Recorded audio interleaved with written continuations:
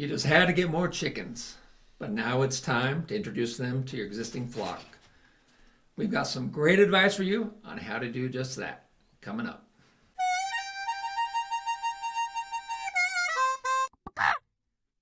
So, Steve, Yep, I heard the raspberries at your place were ripe. they sure are. So I have an important question. How come we don't have any? Because I made them all myself. They're delicious. So the black and purple raspberries are on. They're loaded right now. I've recently transplanted the gold and the red, so won't have as many of those, but tons of black and purple. I'll have to bring you some. All right. Yeah, you will. Maybe we'll make a How many years torte have or I known something. you? You Few. know that raspberries and blackberries are like my favorite fruit. Right. How many of your raspberries have I eaten? How many of you come over and picked? No, it's we'll bring some over. All right. All right. So recently we saw Brian's experience integrating some new chicks into his flock. Yep. So how'd that go? Well, it went well. Yeah. Well, can't you just put them in there and be done with it? No. I mean, you can. Yes, and you'll be done with it very quickly. Yeah, but it's probably not a good idea. When you introduce young birds or any birds to a flock that they weren't a part of, it can be a stressful time. Yep. So not just for the new birds that are coming in, but for the existing flock, because now there's pecking order to get sorted out. There's, especially with younger chicks, there's they're a lot bigger than me issue. So you have to, be careful of that and be careful that the older, more dominant birds in the flock don't bully the younger ones or the new ones. So how long do you have to wait before you try to integrate? So there's no set fast rule, but you really need to make sure you want to have them be as close to the same size as possible, right? You don't want to put little tiny chicks in with larger birds. If you wait for them to fully feather out, they're usually pretty close, and you don't just want to dump them in, right? There's kind of a slow introduction, but the big thing is you want to wait till they're closer in size. And part of that is going to depend on the breed too. So if I have a somewhat smaller breed and the existing flock is larger chickens, if I have bantams and I'm moving them in with Jersey Giants, now that would be an extreme case. But yeah, if you have smaller breed, you're moving into a larger breed flock, then you might want to wait till they're a little bit older so that the size differential isn't too great. So are you in general talking a couple months, 4 months, weeks? I would say as a minimum, probably 6 to 8 weeks is a good time frame. Preferably, if you can go 8 to 12 weeks even, you're probably in a better position. You agree with that? Yeah, it just depends. I usually get my chicks early in the spring. If I'm sourcing chicks from the store or whatever, I'm usually shopping in February. Yeah. Right. So by that time, these chicks are getting big. They're getting smelly. I'm ready to have them out of the house. And so I'm kind of pushing the limit maybe a little bit. But I have a separate area where the chicks live next to the other chickens, and they can be there for a month or two before I'll actually mix them. Because there's kind of two. There's the introducing and kind of putting them together, and then there's the, hey, we're one flock and we all live together. And they're two separate events. Yeah, and that's an important step in introducing a new flock or new birds into an existing flock, is kind of the introduction phase, where you have them in separate areas, separate pens, but not so separate that they can't see each other and get somewhat close to one another. But you want to have some, chicken wire or hardware cloth or something separating them so they can't peck at each other and bully through the fence or anything like that. And that's the introductory period. That's the time for them to kind of get used to these other birds being around, and for the young ones to get used to there's bigger birds around. Yeah. The other nice thing about that is typically when I'm moving those birds out, they're older, they're bigger, but they're not yet ready to lay. They're not ready to go on a layers diet. That way I can still feed them a grower feed or a starter feed in their area and still have the layer feed out for the other ones. So it buys me a few more weeks of separate feeders that I can kind of tailor their diet to them, because there's that separation there as well. So and then how- as they start to get ready to lay, then I can take them out and mix them together. So how long are you keeping them separated like that? I'm going to say a minimum of a week or so. Yeah. Longer is better, right? Yeah. For the reasons that Steve talked about. One is the different nutritional needs for growing birds versus laying hens. So that keeps their food separate, and they don't have to fight over food or fight over water or anything like that. So the longer you can do it, the better. I tend to do it quicker.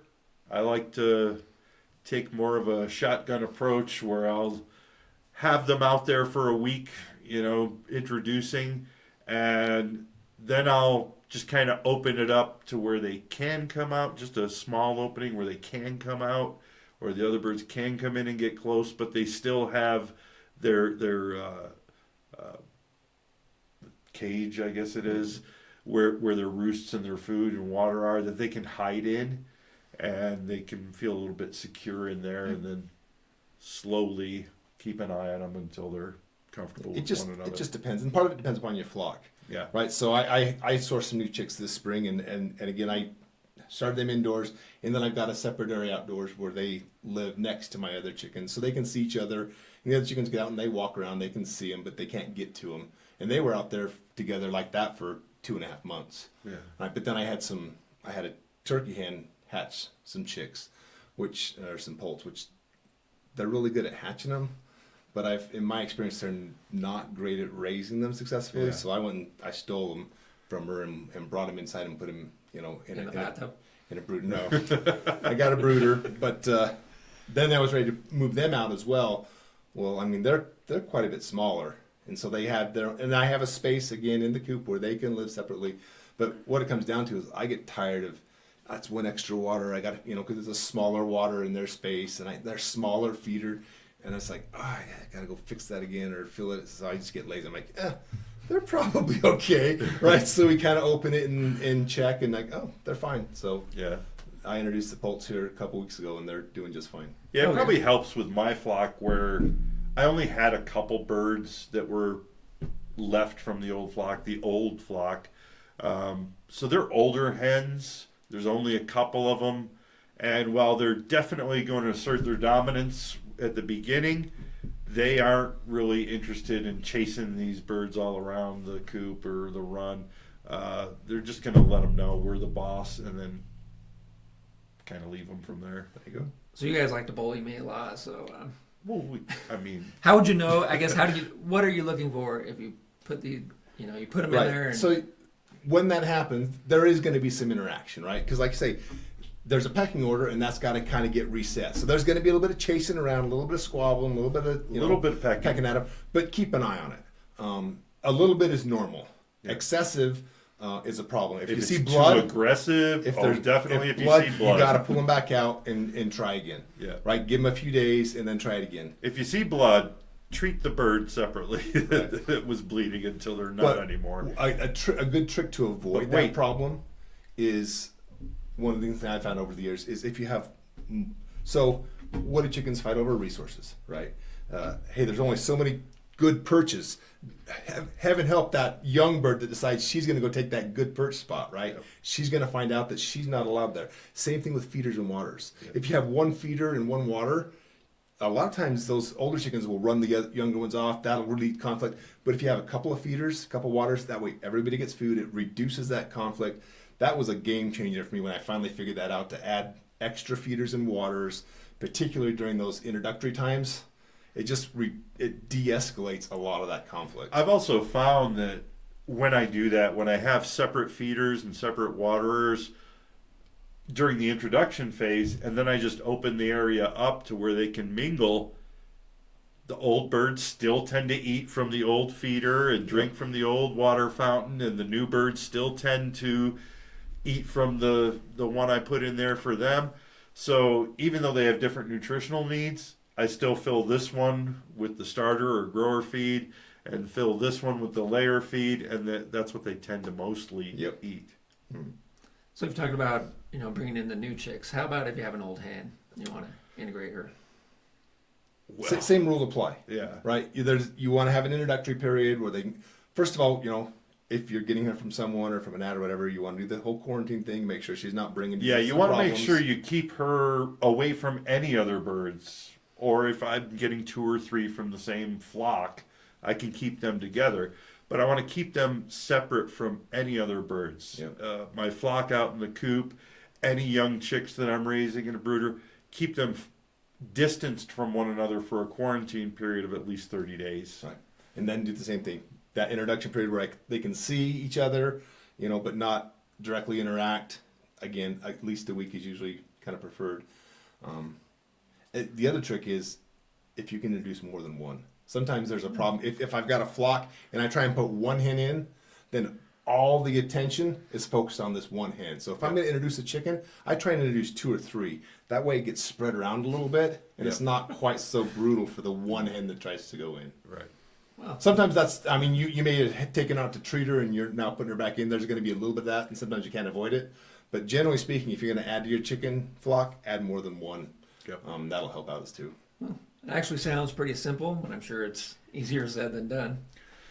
So, Sometimes it is. It's not too bad. The reality is it's probably easier than we even make it sound. Yeah.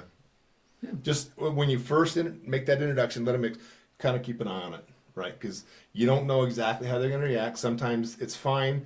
Sometimes everything goes smoothly. Sometimes there's one, especially if I got a flock of Rhode Island Reds and I introduce a Polish chicken that looks different, right? It's like, who's this freak? Has all these feathers and they're, sticking out of her head that that are easy pecking. That can cause some problems. So just keep an eye on it for those first couple of days. And again, don't immediately jump in because there's going to be some of that interacting as they set that pecking order. But if it starts to get excessive, or if you see an injury or blood, get her out of there and start over. Yeah. So if any of you have some cool stories about integrating your chicks, or some funny stories, or some tips that we didn't cover, let us know in the comments. We'd love to hear them. Also, if you haven't, please like the video, subscribe. We greatly appreciate it. Yes, we do. Yes, we do. And as always, Keep on hobby farming.